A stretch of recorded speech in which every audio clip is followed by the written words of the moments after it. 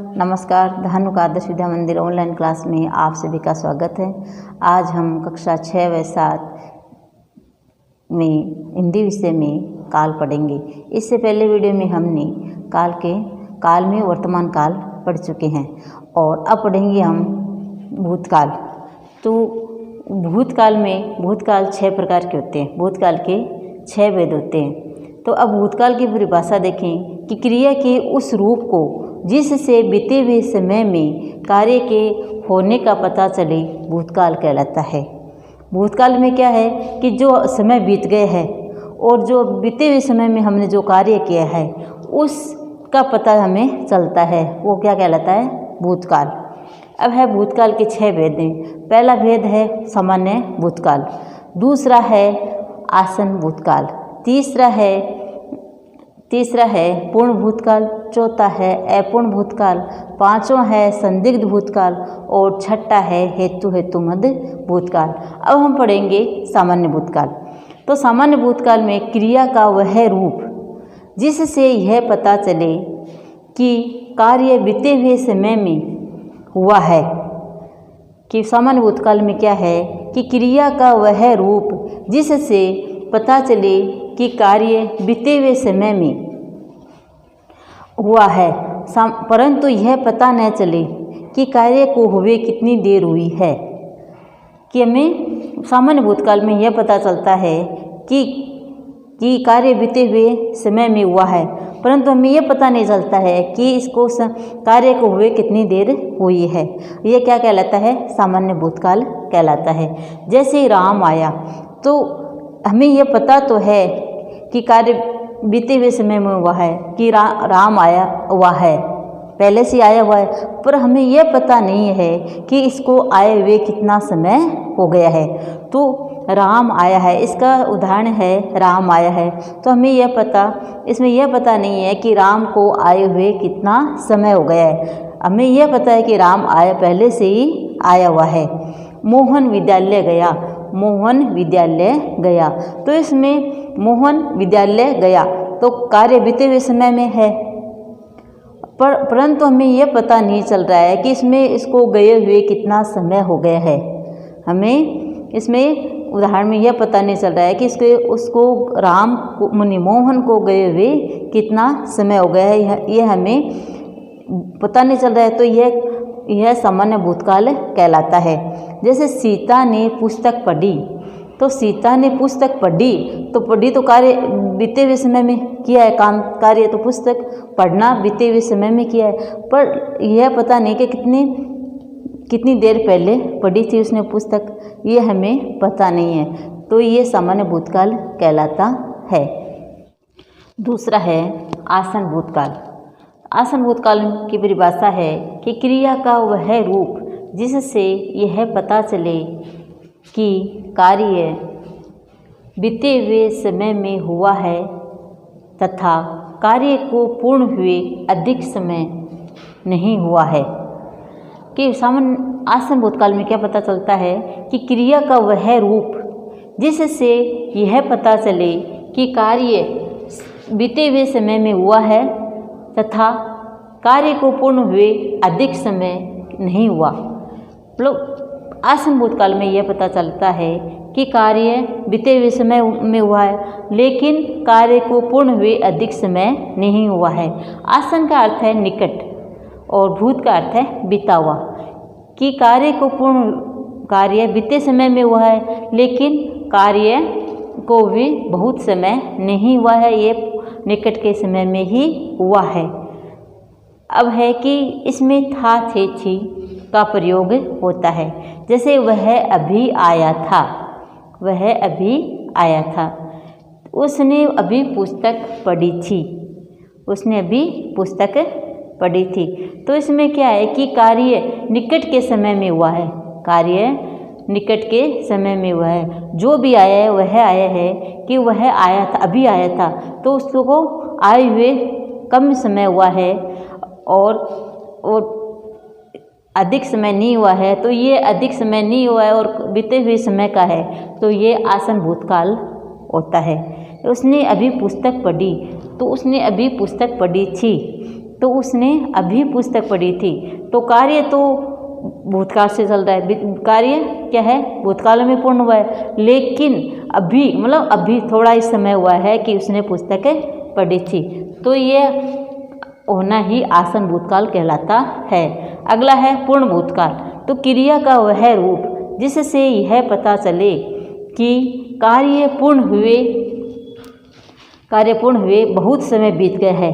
कि पूर्ण भूतकाल में क्या पता चलता है कि क्रिया का वह रूप जिससे यह पता चले कि कार्य पूर्ण हुए बहुत समय बीत गया है। जैसे राम ने रावण को मारा, कि पूर्ण भूतकाल में यह पता चलता है कि कार्य को पूर्ण हुए बहुत समय बीत गया है। तो यह कौन सा भूतकाल कहलाता है, पूर्ण भूतकाल कहलाता है। जैसे उदाहरण है कि राम ने रावण को मारा, तो राम ने रावण को मारा बहुत अधिक समय हो गया, कार्य पूर्ण किए हुए बहुत समय हो गए है, तो इसमें पूर्ण भूतकाल होगा।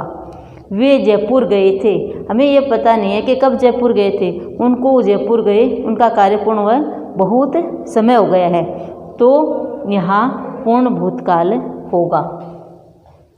अब अगला है कि अपूर्ण भूतकाल। अपूर्ण भूतकाल में क्या है कि क्रिया का वह रूप जिससे यह पता चले कि कार्य भूतकाल में हो रहा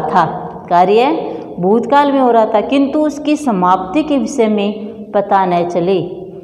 कि अपूर्ण भूतकाल में क्या है कि कार्य भूतकाल में हो रहा है, लेकिन हमें उसका यह पता नहीं कि वह इसके विषय में यह पता नहीं चलता है कि वह कब समाप्त हुआ, तो वहाँ होगा अपूर्ण भूतकाल। और पूर्ण भूतकाल में क्या होता है कि कार्य को पूर्ण हुए बहुत समय बीत जाता है, तो वहाँ पूर्ण भूतकाल होता है। और अपूर्ण भूतकाल में क्या है कि कार्य भूतकाल में हो रहा है, परंतु हमें यह पता नहीं चलता है कि कार्य समाप्त कब हो गया, तो वहाँ होगा अपूर्ण भूतकाल। जैसे राम पढ़ रहा था, तो राम पढ़ रहा था, तो इसमें कार्य तो क्या है कि भूतकाल में हो रहा है, लेकिन हमें यह पता नहीं है कि कार्य कि उसकी समाप्ति के विषय में यह पता नहीं चल रहा है कि वह कब समाप्त होगा, कब समाप्त हुआ है, यह हमें पता नहीं है। सीता गा रही थी, तो सीता गा रही थी, हमें यह तो पता है कार्य भूतकाल में हो रहा है, लेकिन हमें यह पता उसके समय के बारे में हमें या उसकी समाप्ति के बारे में हमें पता नहीं है। कौशल्या भोजन बना रही थी, तो कार्य भूतकाल में हो रहा है, लेकिन हमें यह पता नहीं है कि उसकी समाप्ति के विषय में कि भोजन बनाकर कब समाप्त किया, तो हमें यह पता नहीं चल रहा है। संदिग्ध भूतकाल।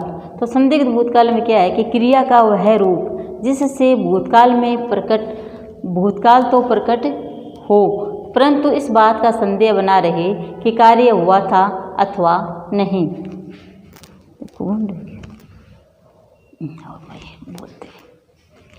कि संदिग्ध भूतकाल में क्या है कि क्रिया का वह रूप जिससे भूतकाल तो प्रकट हो, परंतु इस बात का संदेह बना रहे कि कार्य हुआ था अथवा नहीं। कि संदिग्ध भूतकाल की परिभाषा ये है कि क्रिया का वह रूप जिससे भूतकाल तो प्रकट हो रहा है, लेकिन इस बात का संदेह होता है कि क्रिया का कार्य हुआ था या नहीं हुआ था। जैसे कि मोहन ने पत्र लिखा होगा, तो क्रिया तो भूतकाल में हो रही है, लेकिन यह पता नहीं चल रहा है कि कार्य पूर्ण हुआ या नहीं। तो मोहन ने पत्र लिखा, तो मोहन ने पत्र तो लिखा है, क्रिया भूतकाल में हो रही है, लेकिन कार्य का होना लिखा होगा अथवा नहीं लिखा होगा, यह प्रकट होना ही संदिग्ध भूतकाल कहलाता है।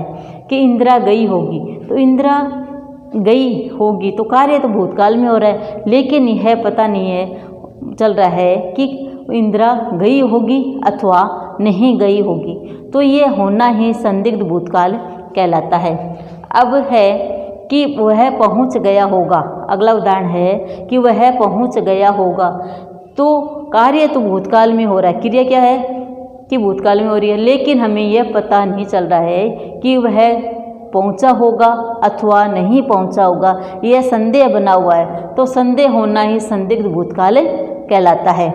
अब हम आगे करें छठा हेतु हेतुमत भूतकाल कि क्रिया का वह रूप जिससे भूतकाल में होने वाली क्रिया का होना और किसी दूसरी क्रिया के होने पर निर्भर हो या दूसरी क्रिया के होने का कारण हो, उसे हेतु हेतुमत भूतकाल कहते हैं। कि क्रिया का